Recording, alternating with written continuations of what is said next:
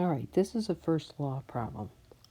It involves one substance losing heat, some other substance gaining heat. In this case, we have aluminum that's initially at 100 degrees C that's put into a sample of water that's initially at 20 degrees C. So the aluminum cools down, the water increases in temperature, the water warms. So there's a loss of heat from the aluminum and water's gaining heat. Now when we calculate delta T, it's different for the aluminum versus the water. But in each case, we calculate it the same way, the final temperature minus the initial temperature. So for aluminum, the final temperature is 25.33. The initial temperature is 100. So the result is a negative temperature change.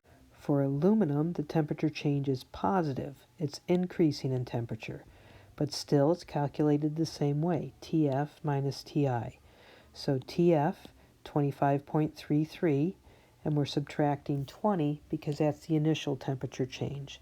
So we have temperature change difference for aluminum versus water. We're going to calculate the heat the same way we've been doing it. Heat equals mass times specific heat times delta T, except when we substitute in our values, for heat lost, we're going to be substituting in values for aluminum, and for the heat gained, we're going to be substituting in values for water. Here are the appropriate values substituted for mass, specific heat, and change in temperature. Here it is for aluminum. We don't know what the mass is. That's what we're solving for. So mass times specific heat times delta T.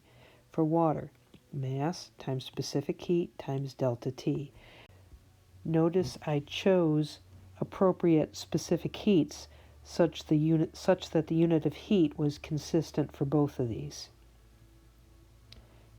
Now I'm going to multiply these out, and for clarity, I'm going to ignore units. And here we've worked through the algebra to get to our final answer. So the negative 16.08 comes from multiplying these values together. 799.5 comes from multiplying all of these together.